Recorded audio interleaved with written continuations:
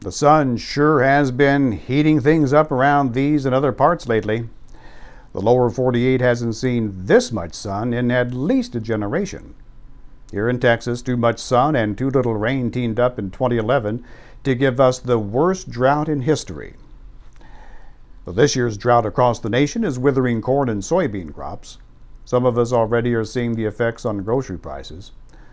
Funny how that happens, how we pay at checkout today for tomorrow's higher cost of goods. And just like the way gas prices always go up when oil prices go up, and then stay there even after oil prices fall. Mother Nature uses weather to show us that we are not on the top of her food chain. Oh sure, we can split the atom, destroy nations with the push of a button, and sometimes fry a turkey without burning down the house, but we cannot stop the sun from shining or make rain fall with the snap of our fingers. And speaking of the sun, radio broadcasts around the world went silent earlier this month when the sun belched out an X-class solar flare. That's as big as they come. The sun is entering the peak of its 11-year cycle of solar flares, with next year expected to be a doozy.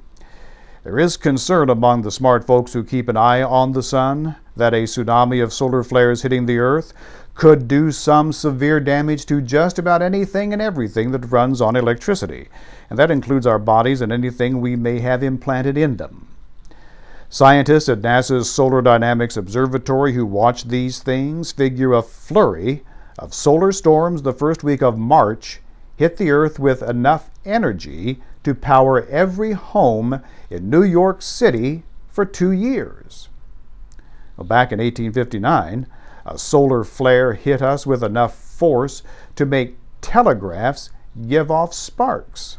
Some of them shorted out. A few fires started, and all of this was quite disturbing to the telegraph operators, as you can imagine. So they did what we usually do when appliances go haywire. They unplugged them. But that did not help because those suckers kept on running from the electricity in the air.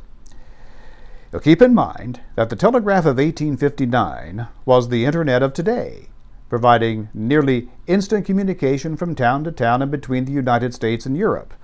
Also, the telegraph was just about the height of man's electronic technology.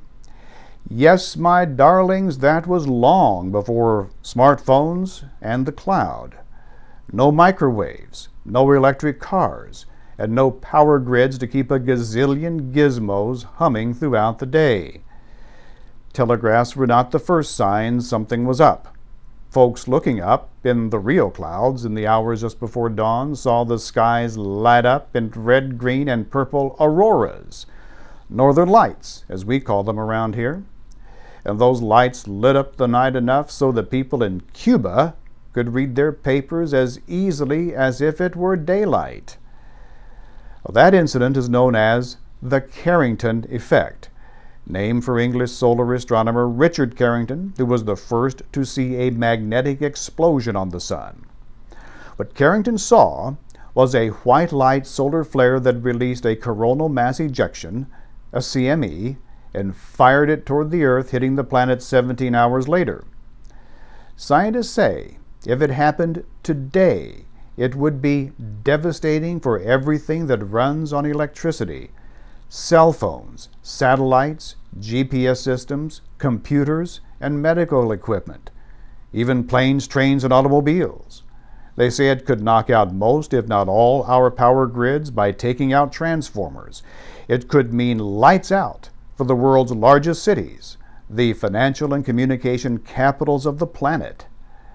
Back in March 1989, a single solar flare knocked out the hydro-quebec power grid in Canada for more than 9 hours, leaving 6 million Canadians without power and causing hundreds of millions of dollars in damage. Another solar storm in 1994 damaged 2 communication satellites, disrupting newspaper, television, and radio service throughout Canada. Both of these occurred before we walked around with the world literally at our fingertips. Not literally, but pretty darn close to it.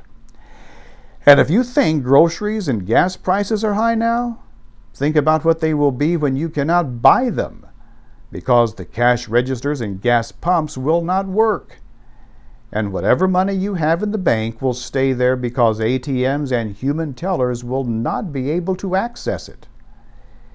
It is possible the Mayans did not predict an end to the physical world when December 21st rolls around, but an end to our high-tech way of life. But look at it this way.